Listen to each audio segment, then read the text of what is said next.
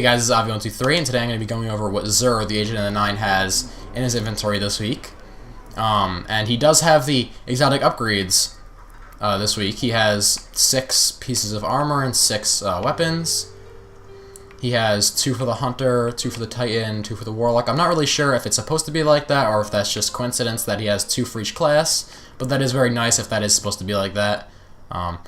For the exotic gear he has this week, he has Ruin Wings for the Titans, which are a very awesome pair of gauntlets. This is like the one piece of armor I was really looking forward to in the Dark Below. And I'm not sure if you'll just not be able to buy this if you don't have the Dark Below. Yeah, it actually does look like it because it has a checkbox down at the bottom. So maybe it's just grayed out. Yeah, and this is what the Ruin Wings look like. They're a very awesome pair of gauntlets. They look very awesome. Unfortunately, they don't change with your shader. So right now I'm wearing Architect Proxy. If I put on Cicero right here, or Cicero, however you pronounce that, yeah, they don't change. Or if I put the default shader, my Titan looks very ugly, but that's besides the point. With Thunder Devil, they look very nice because they match very well with that shiny gray look. Looks like I am in a full suit of steel armor, which is awesome. I love the Titan and how he looks with his armor on. But then going over what the Hunter has. Oh yeah, and by the way, this does have a max stat of 106 strength, which is pretty average. Ecleophage Symbiote, which is a Hunter helmet. Most Hunters out there probably have. This is a very good Gunslinger helmet. It gives you increased grenade throw distance, Golden Gun gains in 1 additional shot per use, and more super energy from grenade kills. Yeah, very good Gunslinger helmet. I'd say it's probably the best Hunter piece of gear at this point. I might be wrong. I don't know how the Don't Touch Me gauntlets work. Those are the new ones, but the helmet, the Arachnid one, which is very awesome looking, but isn't very good to me, or in my opinion, they're not very good. That helmet, and then the Radiant Dance Machines, I think they're called. Yeah, those things don't look like they're very good either. They just give you like the Stalker perk, which basically makes you strafe better while you're aiming down sight. And then he has Voidfang vestments again for like the 8th week. Xur, stop selling the fucking Voidfang vestments. Come on. You might as well just be wearing the Voidfang vestments. Oh my god, he sells these like every week. I mean, not that I really need to go over these because everybody probably knows what they do. Improved Axion Bolt, special weapon ammo, and hand cannon ammo. Your Axion Bolt grenades gains a spawn, or your Axion Bolt grenade spawns an additional Seeker. Respawn with full energy. Yeah, they're not really the best, but they are okay. I'd say they're okay. And then for the weapon, he has the Truth for the 3rd time. Or no, was it 4th? I think it's the 3rd time. I'm not as pissed as because of this, or for this, because he does have the Truth with a higher attack stat on it. And the Truth is a very good rocket launcher. It has the grenades and horseshoes. Rockets fired from this weapon will detonate early based on proximity to target, which is very useful for like wizards and stuff like that. But then that becomes pretty insignificant and kind of annoying at times once you get the prototype True Seekers, which it's basically like an upgraded version of Seeking. You'll like never miss with this rocket launcher. It'll turn like 90-degree angles, which is nice because the default Seeking you can get on like any legendary rocket launcher doesn't seek that well if an enemy is strafing. You probably won't hit it, but if it's standing still and you kind of just miss your target a little bit, you will. That's basically all it helps out with, the normal Seeking, but this, it basically ensures that you definitely will hit your target, unless he hides behind a rock or behind cover or something like that, which is always unfortunate. And he is selling exotic shards, as per usual, and this week he actually is selling an exotic engram, and I do have one of those in my inventory. I just bought one. Yep, right there. So I'll decrypt that in a second after I'm done with this. And then for the exotic upgrades, he has the Mask of the 3rd Man, which is a very good piece of Hunter armor, and it increases your Arc Blade attack, or Arc Blade attack to use less super energy. Probably the best piece of armor for the Blade Dancer.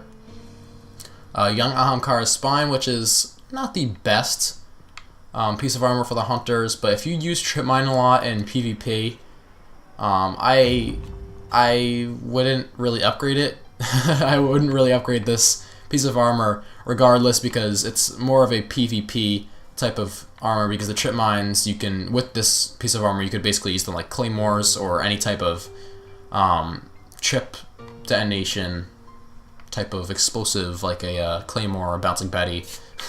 I'm going off of Call of Duty terms, which some people might get mad at, but whatever. The Armamentarium, which is an amazing, amazing, amazing Titan piece of armor. If you have the Armamentarium and it's not the post-patch Armamentarium, definitely upgrade it. This is an amazing Titan piece of armor. No backup plans. If you really use these things a lot, I personally love the no backup plans. I really like the Force Barrier on my Defender Titan. I'm usually spec'd into War Machine because I like that reload speed. But Disintegrate is a very good Titan ability. And if you do use the no backup plans a lot, I would definitely suggest upgrading them.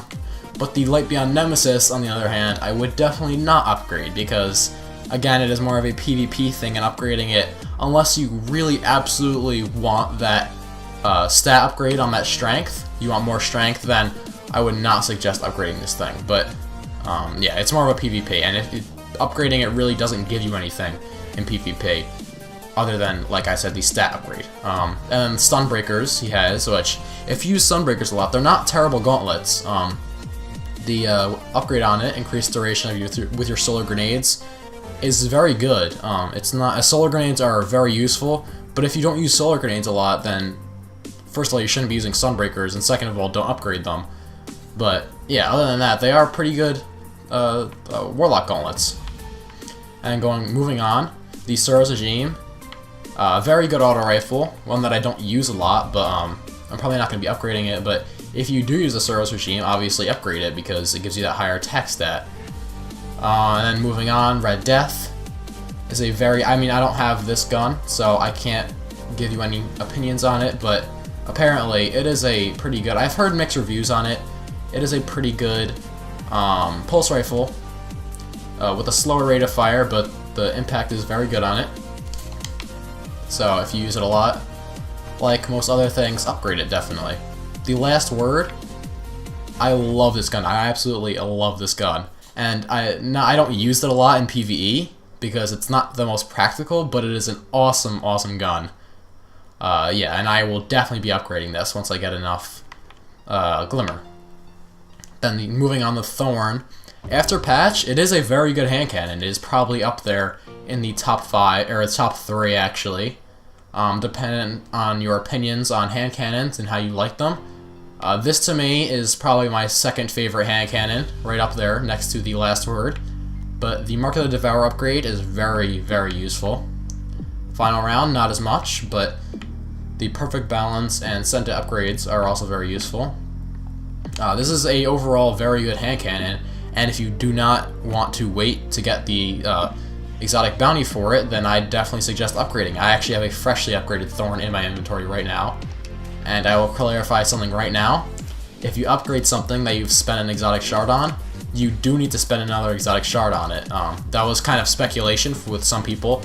That was a rumor going around that you won't need to spend an exotic shard if you've already spent one, if you upgrade it. But yeah, moving on, we have the Icebreaker. A Destiny favorite for most people.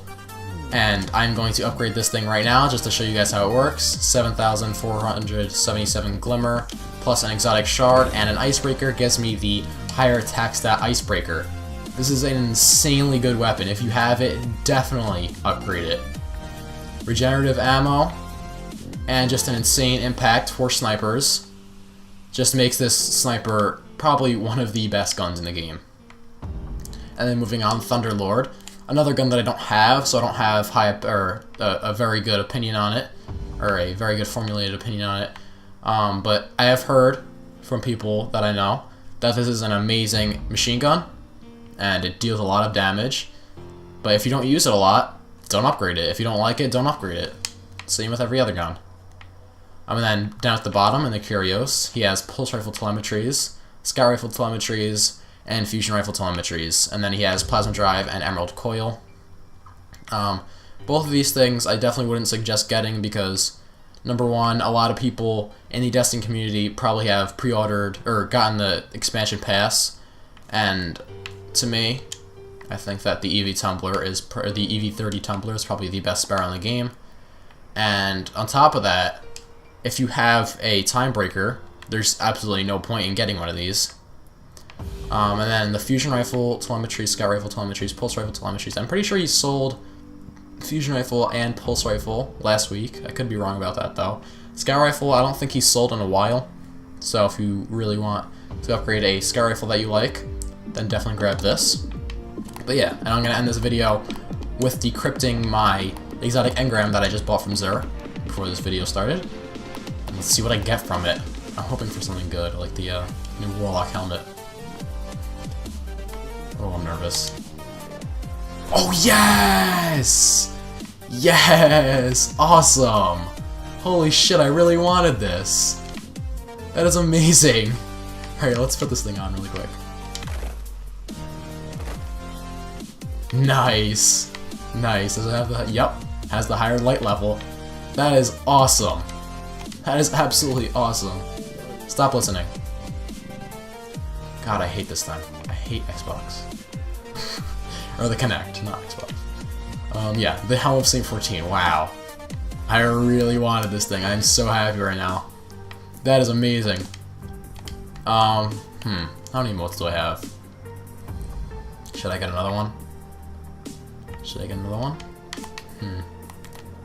Yeah, what the hell. I'll get another one. I can buy 2 next week if he has a weapon. Which I don't think he will. Let's buy one of these. Wow, that is really awesome that I just pulled a Helm of St. 14 out of an engram. Alright, let's go, Cryptarch. Ah, fuck. Well, you know. That's always... Oh, wait, hold on. I'll dismantle my other one because this has a higher light level on it. Alright, so that's going to be the end of this video. Xur has a pretty good inventory this week. If you're a Titan, very good. I was very excited to wake up this morning and realize that he has fucking Ruin Wings. Okay, these gauntlets just made me so excited when I got up this morning. And that Helm of St. 14 is just wow. Wow. So see you guys in the next Destiny video. We'll be doing something else, probably a super good advice bounty overview, and/or a not and/or, just or a Plan C review. So see you guys next time in another Destiny video.